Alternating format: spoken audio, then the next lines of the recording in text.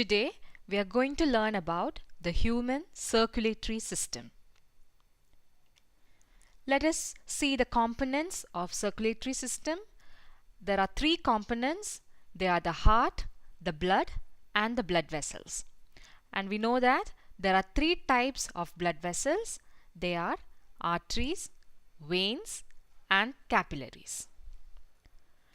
Now coming to the function of circulatory system, we know that it is concerned with circulating the blood. For what purpose? To deliver oxygen and nutrients to every part of your body. And we all know that our cells require oxygen and nutrients to produce energy.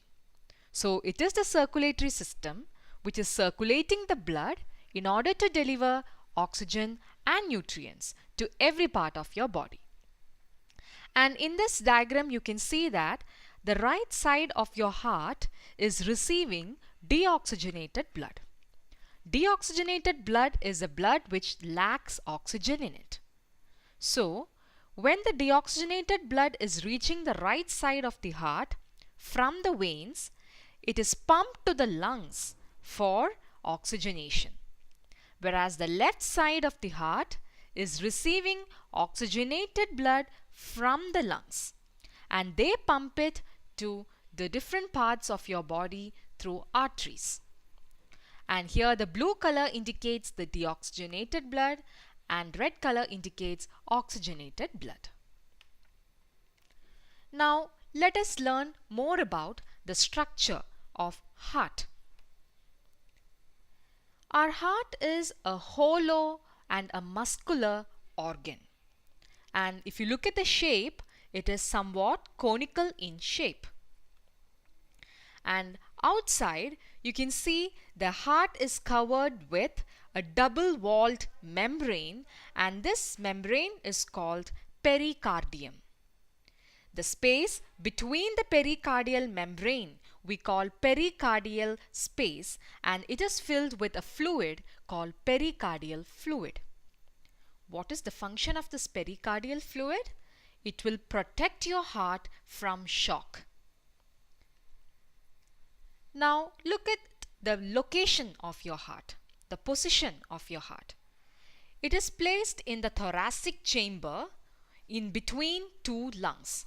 And this region between the two lungs where the heart is located, we call it as mediastinum. Now let us see the various chambers of a heart.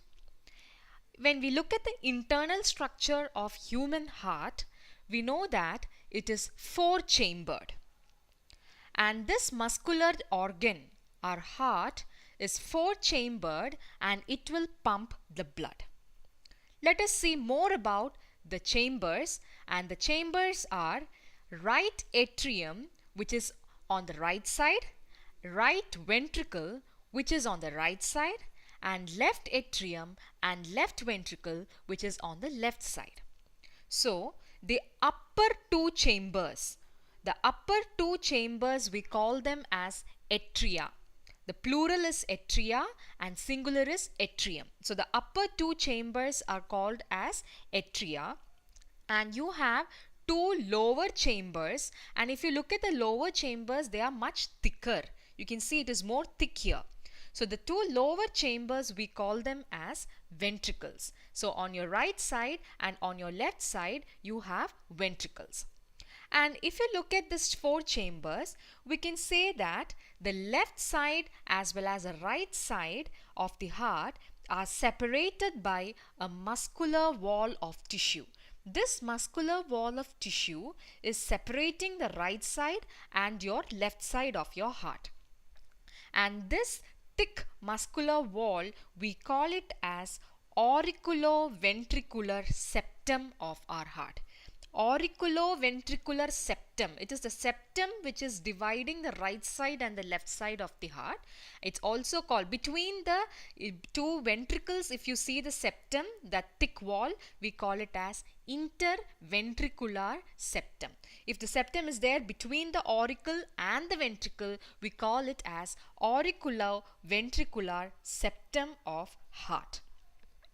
So this is a brief idea about the various chambers of the heart. Now let us see the various blood vessels which are connected to our heart.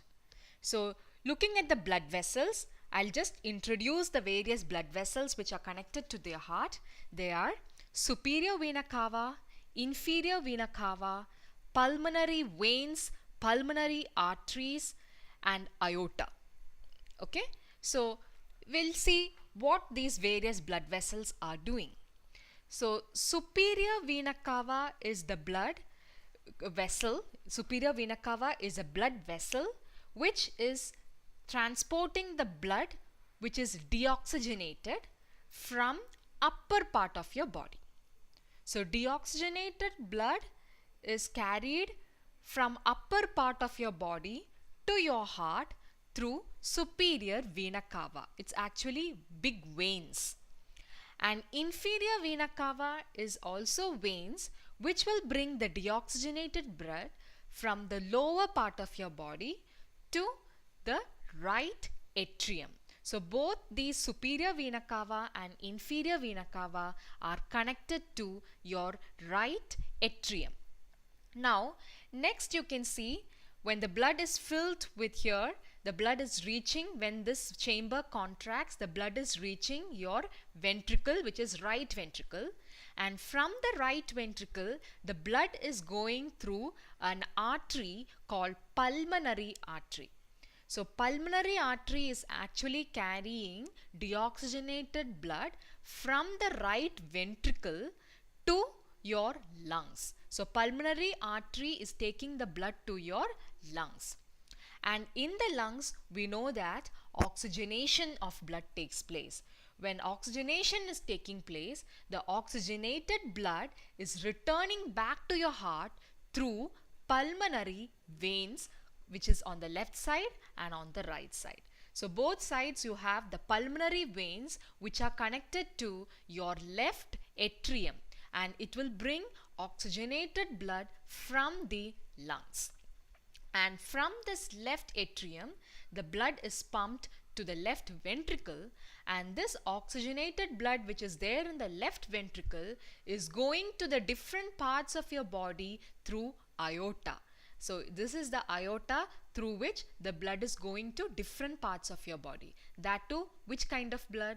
The oxygenated blood.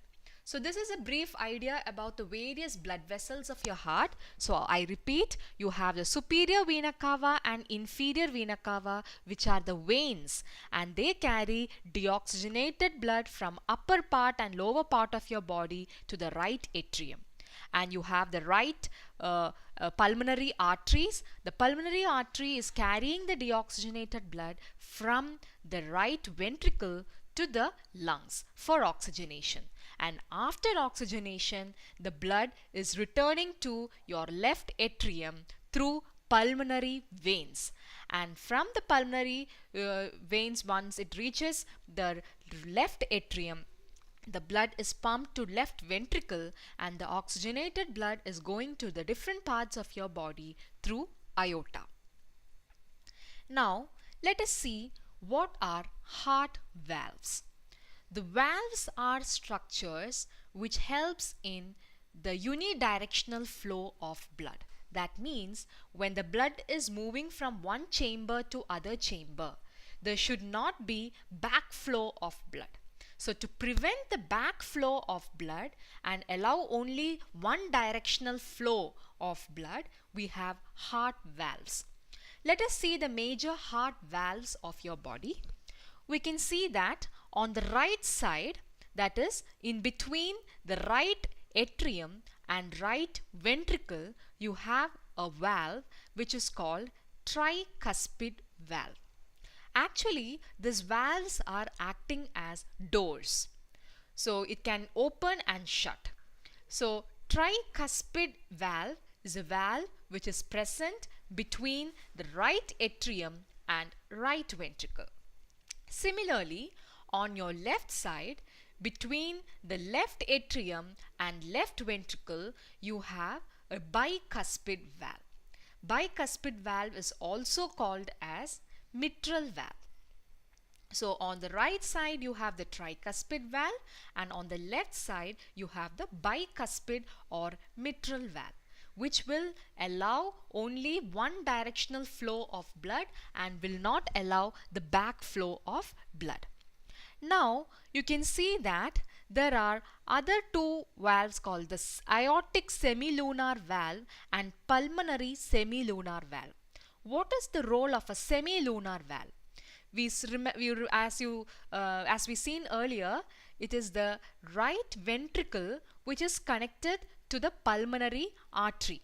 Initially you have seen in this diagram that the right ventricle was connected to the pulmonary artery. So at the in the junction between the pulmonary artery and the right ventricle, you will have a valve here, and this valve is called as the pulmonary semilunar valve.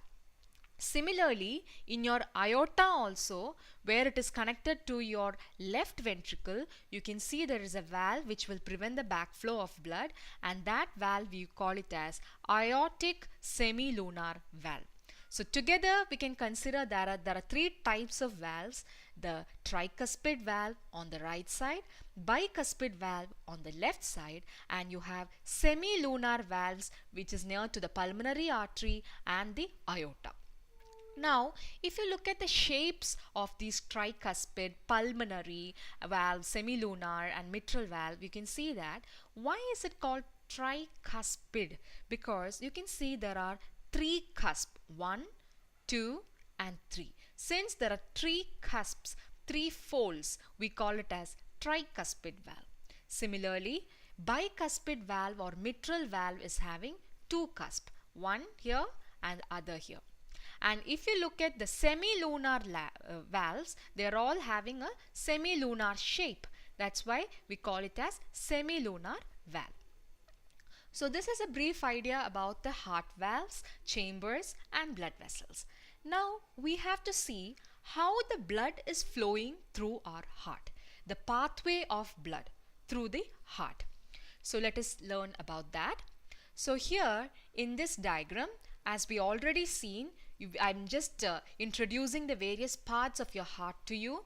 You have the superior vena cava, inferior vena cava, you have the right atrium, right ventricle, left atrium, left ventricle, you have the aorta, you have the pulmonary artery, and you have the pulmonary veins. And in between the atrium, you have atrial septum. In between the ventricles, you have ventricular septum. And together we call it as auriculoventricular septum. Now let us see the flow of blood, the pathway of blood through your heart. So initially, I have said that the superior vena cava is bringing deoxygenated blood from upper part of your body, and inferior vena cava brings deoxygenated blood. It's actually meaning impure blood. So that impure blood from upper part and lower part are brought by superior and inferior vena cava to the right atrium. Once the blood reaches the right atrium, when it is filled with the blood, you know that this chamber will contract. When right atrium contracts, the blood is pushed into right ventricle through tricuspid valve. And now this part, the right atrium will relax, and now the right ventricle will be filled with blood, so that starts to contract. So it is simultaneously, you can see there is contraction and relaxation of the chambers of your heart. Now, when the right ventricle is filled with deoxygenated blood, it will contract, so the blood will be pushed into the pulmonary artery through pulmonary valve, semilunar valve. And once the deoxygenated blood enters the pulmonary artery, it is going to your lungs for oxygenation. And once this deoxygenated blood reaches the lungs, it gets oxygenated, and the oxygenated blood is brought back to your heart through pulmonary veins. You can see pulmonary veins here, which is coming from the lungs. Here also, right side and left side, you can see the pulmonary veins which is coming from the lungs, and they carry oxygenated blood. when the oxygenated blood is filled in the left atrium, you can see the left atrium will contract and the blood is pushed to left ventricle through the mitral valve or bicuspid valve. And now you can see the left atrium will be again in a relaxed state, whereas the left ventricle is starting to contract. When left ventricle contracts, we can see that the oxygenated blood enters into the aorta through the semilunar valve here. And when this oxygenated blood is entering into the aorta is taking that oxygenated blood to your different parts of your body. And why you require oxygenated blood to different parts of your body? Because your cells require the oxygen for producing energy in order to do some work. So this is how the overall pathway of blood through your heart.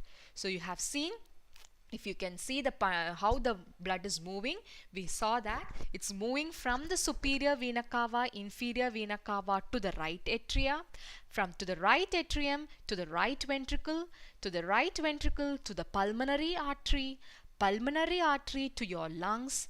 From the lungs you have pulmonary veins, again coming back to left atrium and then to the left ventricle, and from the left ventricle the oxygenated blood is going to the different parts of your body through the aorta. So this is the overall view of how the blood is flowing through your heart. And if you consider one more thing, there are two ways by which the blood is circulating through your heart. And that is why we call the heart as a double pump. So it's called double circulation, and it is made up of pulmonary circulation and systemic circulation. So we know that a heart, which is a four-chambered heart, is there connected to various blood vessels, and pulmonary circulation means the blood is going with the deoxygenated blood from your right ventricle is going to your lungs. So you can see here from the right ventricle the deoxygenated blood is moving from like this, and through the pulmonary artery it is going to your lungs for oxygenation. And in the lungs, you know, there are some alveoli and all where gas exchange will take place. So after oxygenation, again the blood is coming back through the pulmonary veins and then it is reaching your left atrium. This circuit we call it as pulmonary circulation. So when it is connected to the lungs, we use the term pulmonary. So from the right ventricle through the pulmonary artery to the lungs, and from the lungs the oxygenated blood is coming to your left atrium. This circulation of blood we call it as pulmonary circulation.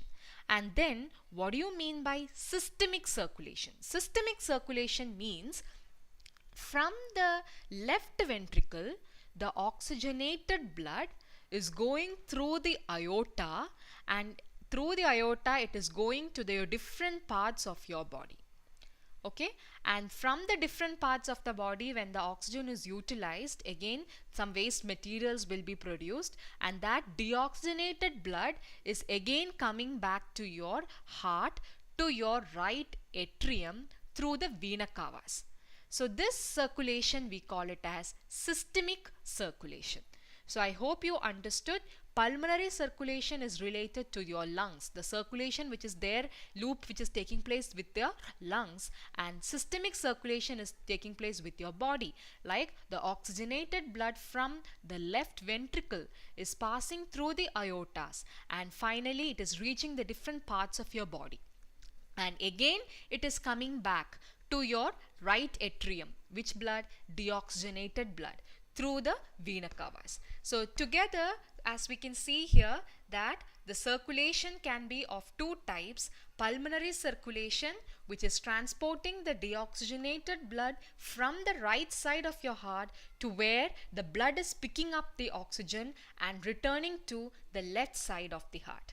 Whereas systemic circulation, you can see that highly oxygenated blood which is there on your left side of the heart is going to all the tissues of your body except lungs.